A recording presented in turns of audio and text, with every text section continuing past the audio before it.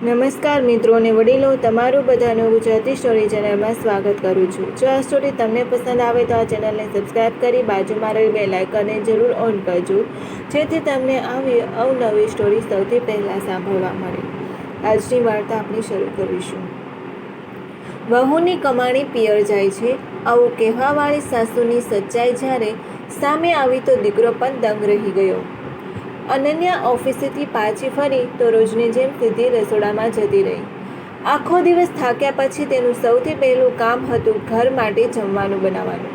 તેને ફ્રીજ ખોલ્યું, શાકભાજી કાઢી અને જેવી સિંક તરફ વળી તેની નજર એક અજાણ્યા ડબ્બા પર પડી. સ્ટીલનો ડબ્બો, એકદમ સાફ, પણ તેનો નહોતો. તેને ઉપાડીને આગળ પાછળ ફેરવીને જોયો. આ ડબ્બો કોનો છે? મેં તો આવો કોઈ ડબ્બો નથી રાખ્યો. તેના મનમાં થોડી બેચેની થઈ. શું આજે ઘરે કોઈ આવ્યું હતું કે પછી? તે સીધી પોતાના સાસુ શાંતાબેનના રૂમ તરફ ગઈ. દરવાજા ઉપર ઊભા રહીને બોલી, મમ્મીજી, રસોડામાં એક ડબ્બો પડ્યો છે. કોનો છે? આજે ઘરે કોઈ આવ્યું હતું શું? શાંતાબેન છાપામાંથી નજર હટાવ્યા વિના જવાબ આપ્યો, અરે, સામેવાળી ડિમ્પલનો છે ને, તેને હલવો મોકલ્યો હતો. અનન્યાએ કંઈ ન કહ્યું, પણ તેના મનમાં સવાલો ઊભા થવા લાગ્યા હતા. કારણ કે આ એ જ શાંતાબેન હતા જે દર બીજા દિવસે ડિમ્પલની નિંદા કરતા હતા. ક્યારેક કહેતા બહુ બોલે છે, ક્યારેક કહેતા બીજાના ઘરમાં ડોક્યા કરે છે, પછી અચાનક તેમની પાસેથી કંઈક લેવું. વાત કંઈ ગળે ઉતરી નહીં. બીજી સવારે અનન્યાએ નાસ્તામાં પૌવા બનાવ્યા. તે જાણી જોઈને થોડા પૌવા એ જ ડબ્બામાં પેક કર્યા અને હસતા હસતા બોલી, મમ્મીજી, હું આ ડબ્બો ડિમ્પલ આંટીને પાછો આપીને ઓફિસે જતી રહીશ. આટલું સાંભળતા જ શાંતાબેનનો ચહેરો બદલાઈ ગયો. ના ના, રહેવા દે, હું આપી દઈશ, તેમણે ઉતાવળમાં કહ્યું. અનન્યાએ હળવા સ્મિત સાથે જવાબ આપ્યો, કંઈ વાંધો નહીં, હું આમ પણ ત્યાંથી જાઉં છું. તે ડબ્બો લઈને બહાર નીકળી તો પાછળ ઊભેલા શાંતાબેનની બેચેની સ્પષ્ટ દેખાતી હતી. બહાર ડિમ્પલ આંટીએ દરવાજો ખોલ્યો. અરે વહુ, આટલી જલ્દી ડબ્બો પાછો આપવા આવી ગઈ? અનન્યાએ સહેજ સ્વરમાં પૂછ્યું. કાલે તમે હલવો આપ્યો હતો ને? ડિમ્પલનો ચહેરો આશ્ચર્યથી ભરાઈ ગયો. હલવો? ના વહુ, મેં તો મટર પનીર આપ્યું હતું. તારા સાસુ કહેતા હતા કે તું પરોઠા તો બનાવી ગઈ છે, પણ શાક નથી બનાવ્યું. અનન્યાના હૃદયના ધબકારા જાણે એક પળ માટે રોકાઈ ગયા. તેણે હસવાનો પ્રયાસ કર્યો, પણ તેની અંદર કંઈક તૂટવા લાગ્યું હતું. તે તો રોજ શાક બનાવીને જતી હતી, તો પછી તેને બનાવેલું શાક જતું ક્યાં હતું? તે દિવસે ઓફિસના આખા રસ્તે એ જ સવાલ તેના મગજમાં ઘૂમતો રહ્યો. શું આ માત્ર એક ગેરસમજ હતી કે આની પાછળ કોઈ બીજી વાર્તા છુપાયેલી હતી? સાંજે જ્યારે તે ઘરે પાછી ફરી ત્યારે શાંતાબેન ફોન પર ધીમા અવાજે પોતાની દીકરી ભૂમિકા સાથે વાત કરી રહ્યા હતા. અનન્યા રૂમમાં જવા લાગી ત્યારે જ તેને કેટલાક શબ્દ સાંભળ્યા. ના, અનન્યાને કંઈ ન કહેતી. ડિમ્પલ બહુ વાતો ફેલાવે છે. હું પાછળથી બધું મોકલાવી દઉં છું. અનન્યાના પગ ત્યાં જ થંભી ગયા.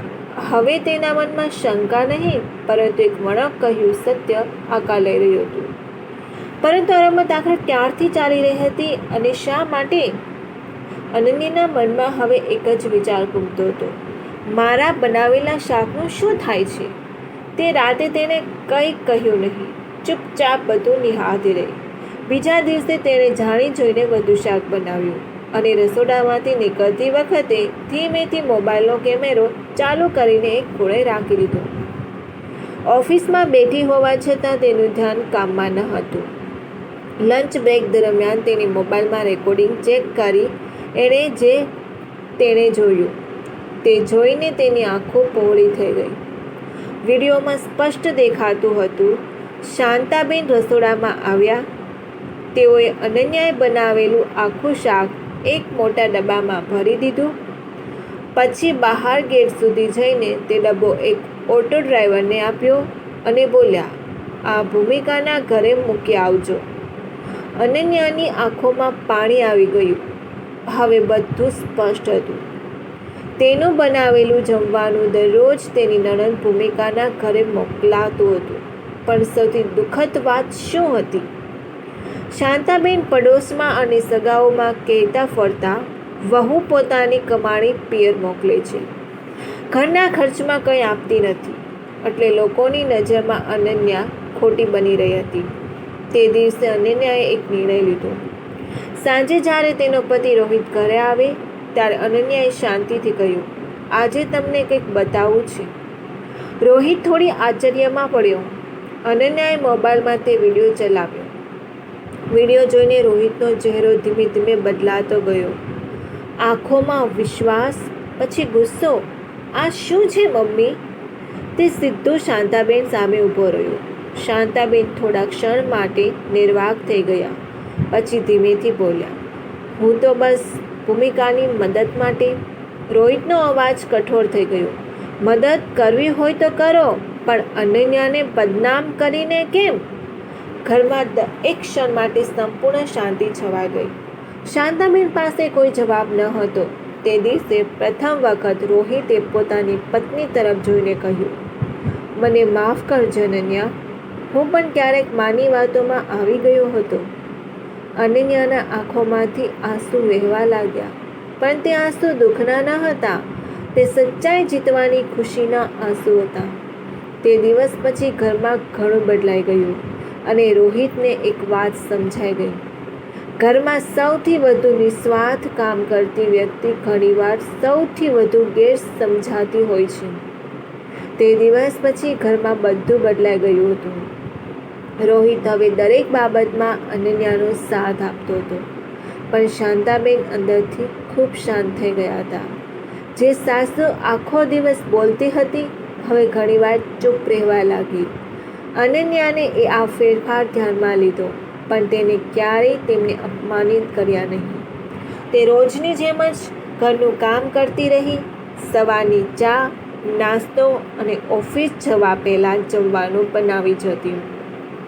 એક દિવસ બપોર અનન્યા ઓફિસેથી ઘરે આવી તો તેણે જોયું શાંતાબેન રસોડામાં ઊભા હતા. તેઓ ધીમે ધીમે શાક બનાવી રહ્યા હતા. અનન્યાને આશ્ચર્ય થયું, કારણ કે શાંતાબેન વર્ષોથી રસોડામાં બહુ ઓછા જતા હતા. તેણે નરમ અવાજમાં કહ્યું, મમ્મીજી, તમે શું કરી રહ્યા છો? શાંતાબેન થોડું સ્મિત કરીને બોલ્યા, આજે મેં વિચાર્યું મારી વહુ માટે હું જમવાનું બનાવું. થોડા સમય પછી તેઓ અનન્યા પાસે આવીને બેઠા. થોડી ક્ષણ સુધી કંઈ બોલ્યા નહીં. પછી તેની આંખોમાં આંસુ આવી ગયા. અનન્યા, મને માફ કરી દે. અનન્યા ચોંકી ગઈ. મેં તારી સાથે ખૂબ ખોટું કર્યું. મને મારી દીકરીની ચિંતા હતી, પણ એ માટે મેં તને ખોટી સાબિત કરી. તેમનો અવાજ ધ્રુજી રહ્યો હતો. લોકોને કહેતી હતી કે તું પૈસા પિયરમાં મોકલે છે, પણ સાચું તો એ હતું કે હું જ તારા બનાવેલું જમવાનું ભૂમિકાને મોકલાવતી હતી. અનન્યાની આંખોમાં પણ આંસુ આવી ગયા. શાંતાબેન આગળ બોલ્યા, તારે ક્યારેય મારી સામે અવાજ ઊંચો કર્યો નહીં, અને એ જ વાત મને અંદરથી કચડી રહી છે. થોડી ક્ષણ માટે ઘરમાં સંપૂર્ણ શાંતિ છવાઈ ગઈ. પછી અનન્યાએ ધીમેથી તેમના હાથ પકડી લીધા. મમ્મીજી, પરિવારમાં ક્યારેક ભૂલ થઈ જાય છે, પણ જો કોઈ દિલથી સ્વીકારી લે તો એ ભૂલ માફ થઈ જાય છે. આ સાંભળીને શાંતાબેન રડી પડ્યા. એ જ સમયે રોહિત પણ રૂમમાં આવ્યો. તેણે પોતાની મા અને પત્નીને એક સાથે બેઠેલા જોઈ અને ઘણા દિવસ પછી ઘરમાં સાચી શાંતિ દેખાઈ. તે દિવસે શાંતાબેન એક વાત સ્વીકારી, ઘરમાં વહુ કોઈ પારકી નથી હોતી, તે તો એક દીકરી હોય છે, જે પોતાનું ઘર છોડીને આપણા ઘરને પોતાનું બનાવી દે છે. અને એ દિવસથી શાંતાબેન દરેકને એક જ વાત કહેતા, મારી વહુ અનન્યા જેવી દરેક ઘરમાં હોવી જોઈએ. મિત્રો, જો તમને આ વાર્તા ગમી હોય તો કૃપા કરીને લાઈક કરો, શેર કરો અને ફોલો કરો. જય શ્રી કૃષ્ણ. સાંભળવા માટે તમારા બધાનો ખૂબ ખૂબ આભાર વ્યક્ત કરું છું.